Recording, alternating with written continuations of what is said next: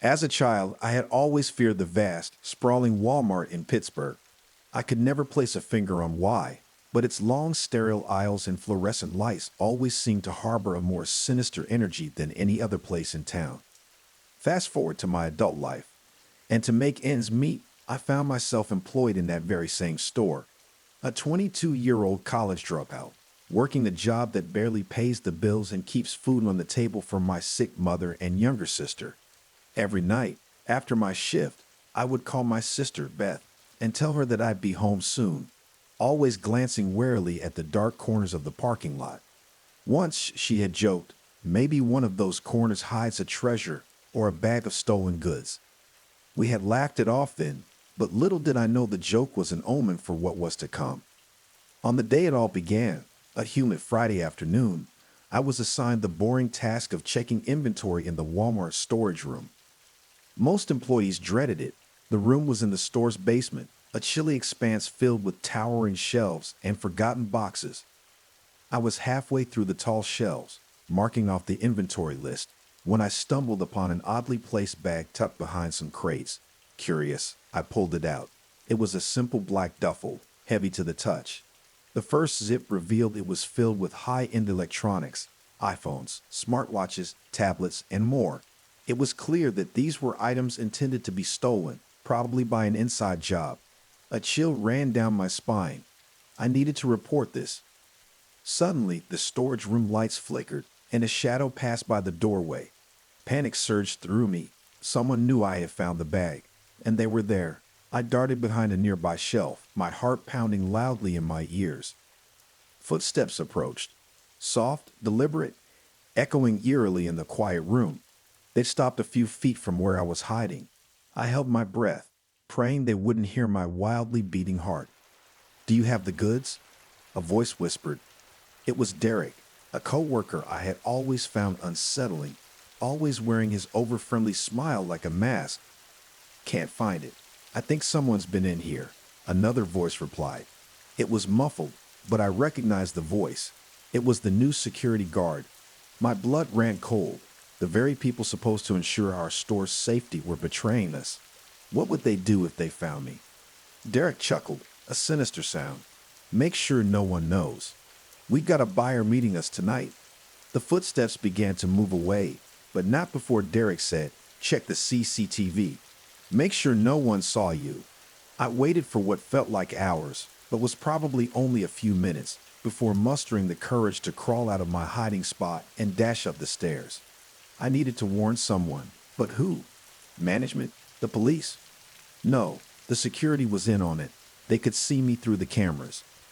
I decided on the only course of action that made sense. I took out my phone and recorded a quick video of the bag, its contents, and its location. My hand shook, and the terror in my voice was palpable. Leaving the storage room, I pretended as though everything was normal, but every sound, every glance felt like a potential threat. Paranoia consumed me. Was Derek watching? Did the security guard suspect something? I needed to get home to get to safety. I informed my manager that I was feeling unwell and left early. The drive home was a blur of fear. Glancing in my rearview mirror, convinced I was being followed. Once home, I quickly locked all doors and windows. My sister Beth found me pale and shaken. Through rushed breaths, I explained everything, showing her the video. "We need to go to the police," she urged. With the evidence on our side, we decided to act. Late that night, we drove to the police station in a neighboring town, ensuring we weren't being watched. The officer at the desk raised an eyebrow as I narrated my ordeal. But when I showed him the video, he swung into action. By dawn, a raid was planned on Walmart. The operation went smoother than I had anticipated. Derek and the security guard were apprehended. Both looked genuinely shocked to see the police. Days later, as the dust settled, I learned the full scope. Derek and his accomplices had been running this operation for months. Their downfall was their complacency, thinking they were invincible in their scheme. But as I returned to my normal life, a new kind of paranoia gnawed at me. The realization that darkness could lurk so close, hidden beneath the mundane. The terror of that day never truly left me. I left the job, moving to a new city with Beth and my mother, seeking a fresh start. And while the horrifying events at the Walmart storage room would forever haunt my dreams, they also left me with a newfound appreciation for the fragile safety of everyday life and the courage that emerges in moments of sheer terror. My name is Lana, and I was born in a small town named Martinsburg in West Virginia. My childhood was fairly typical: neighborhood barbecues, little league games, and Sunday school. By the time I was 25, I moved to Roanoke, Virginia for better job opportunities. I landed a job as an office manager for a tech startup downtown. This city felt exciting, and I soon settled into a routine. Life was straightforward. I'd go to work, head home, prepare dinner for myself, and spend some time catching up with my folks or chatting with my younger brother, Steve. Occasionally, I'd hang out with a few college buddies, but most days were predictable. One evening, after a particularly long day at work, I realized I had forgotten to pick up groceries for the week. I decided to make a quick stop at Walmart on my way home. The sun was setting, casting an orange-pink hue in the sky as I parked my sedan in the lot. The store was less crowded than usual. I attributed it to the midweek slump and made my way through the aisles, picking up essentials: bread, milk, a few fresh vegetables. As I made my way to the checkout, I got a text from Steve, who had recently become a father. "Lana, have you seen the latest pic of Lily? She's growing so fast." I smiled, replying with a heart emoji, and promised myself I'd visit him and his daughter soon. Balancing my groceries and texting, I made my way to the parking lot. That's when I noticed it. A white van, dented on the side and with mud-caked tires, was parked a few spaces away from mine. A tall, burly man stood by the rear door, scanning the area as if to ensure no one was watching. But what truly horrified me was the scene unfolding. He was forcefully trying to push a struggling woman into the back of the van. Her screams were muffled by his gloved hand over her mouth. I froze, my mind racing. I quickly hid behind a nearby car, my heart pounding in my chest. The fear was visceral, a chilling paranoia gripping me. Was he going to see me? Did he know I had seen him?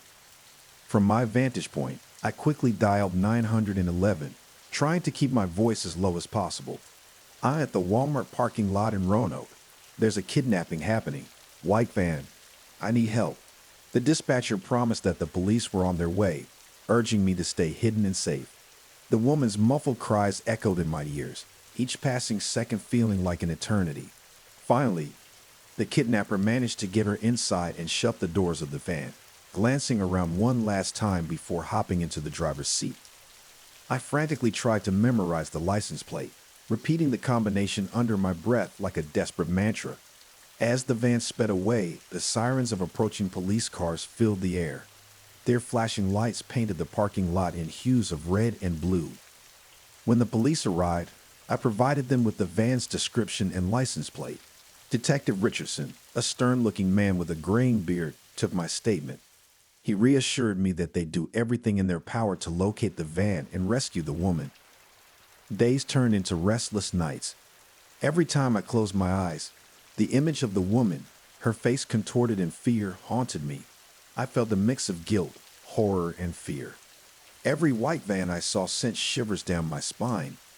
This city that once felt exciting now seemed fraught with dangers lurking in every corner. Detective Richardson kept in touch, updating me on the progress of their search. Despite their best efforts, the van seemed to have vanished. I couldn't help but feel a sinking feeling. What had become of that woman? The weight of not knowing was excruciating. One evening, as I was preparing dinner, a knock on my door startled me. I cautiously peered through the peephole and found Detective Richardson, his face grim. I felt a knot in my stomach. He must have come to deliver some bad news. However, to my shock, behind him stood the woman from the parking lot, her eyes red-rimmed, looking frail yet undeniably alive. "We found her," Detective Richardson began, "and thanks to your quick thinking and the license plate information, we were able to track down the van and apprehend the kidnapper." The woman introduced herself as Sarah. Tears welled up in her eyes as she embraced me. "You saved my life," she whispered, her voice choked with emotion. It turned out Sarah was also from Martinsburg. She had been in Roanoke for a conference and had decided to pick up some things before heading back to her hotel. A chance decision that led to the harrowing incident. The days that followed were a whirlwind of press conferences and interviews. The story of the Walmart parking lot kidnapping dominated headlines. But amidst all the media frenzy, Sarah and I forged a bond. We leaned on each other for support, two women from the same hometown brought together under the most terrifying circumstances. The ordeal changed me. The city no longer felt as inviting, but I learned the importance of vigilance and the power of community. Sarah returned to Martinsburg, but our bond remained strong. A year later, I found myself back in my hometown, standing as the maid of honor at Sarah's wedding. As we danced and celebrated, the terrifying memories of that fateful evening felt like a distant nightmare. Yet the lessons of that night stay with me forever. Always be aware, never underestimate the impact of a single act, and cherish the ties that bind us in adversity. I grew up in a small town in Tennessee, the kind of place where everyone knew everyone else's business. Most kids who grow up in places like that can't wait to leave, to head to the bright lights of the big city. But me? I never saw a reason to leave. I had everything I wanted: a loving family, a tight-knit circle of friends, and a place where the landscape rolled on forever, punctuated by forests and clear blue skies. However, I was also a teenager, a bored 16-year-old living in a place where time seemed to stand still. That boredom was the catalyst for my rebellion. I felt trapped, claustrophobic, desperate to feel something. Anything. The thrill of shoplifting became my drug. On that fateful day, I decided to venture to Walmart in the neighboring city of Knoxville. The store was vast and sprawling, and I felt like a kid in a candy store. Heart pounding, I discreetly slipped a high-end pair of headphones into my bag. Just as I was about to make a smooth exit, I felt a firm grip on my shoulder. I turned to see a tall, middle-aged man, his face impassive, eyes cold and calculating. "Thought you could just walk out, did ya?" he said, his voice dripping with malice. Terrified, I stammered. "Look, I'm sorry, I'll put it back, I promise." He chuckled darkly. "It's a little late for that. Come with me."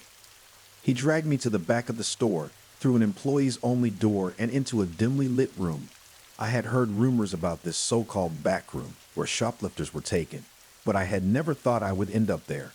The room was small, the walls lined with shelves filled with various products. A single dim light bulb swung overhead. In the center of the room was a metal table, and behind it sat another man, his face obscured in shadows.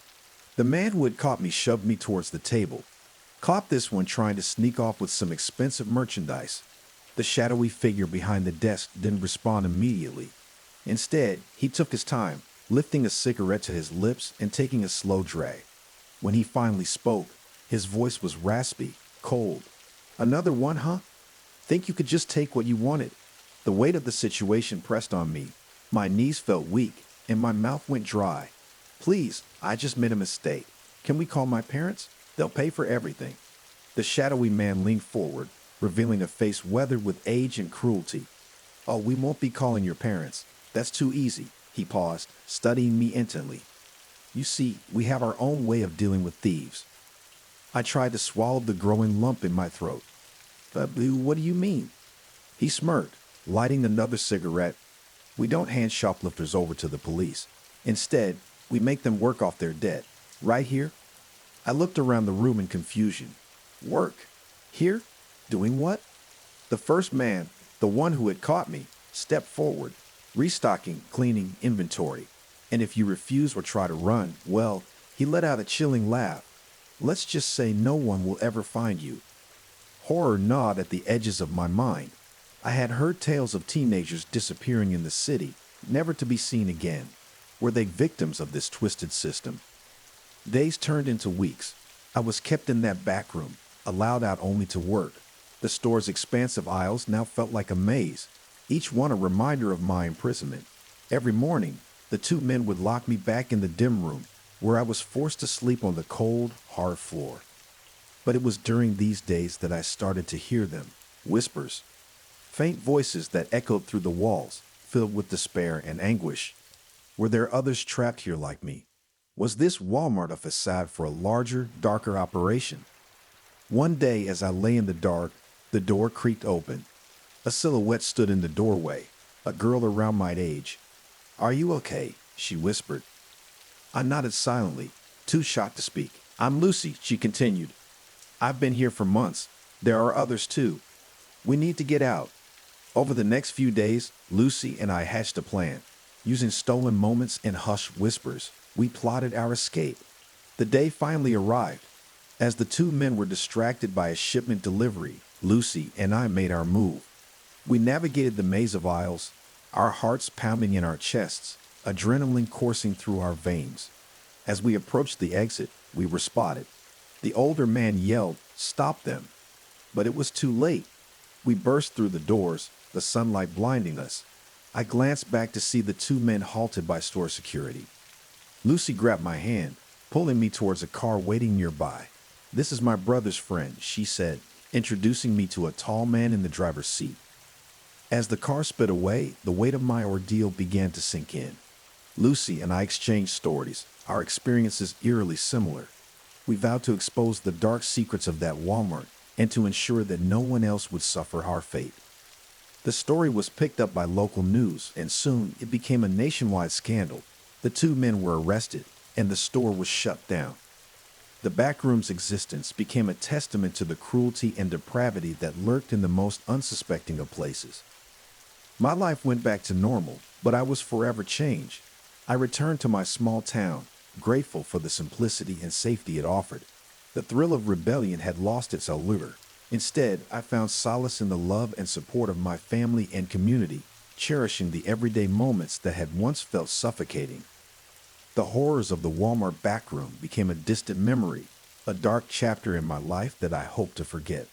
But the scars remained, a constant reminder of the dangers of straying too far from the path and the twisted corners of justice that could lurk in the shadows.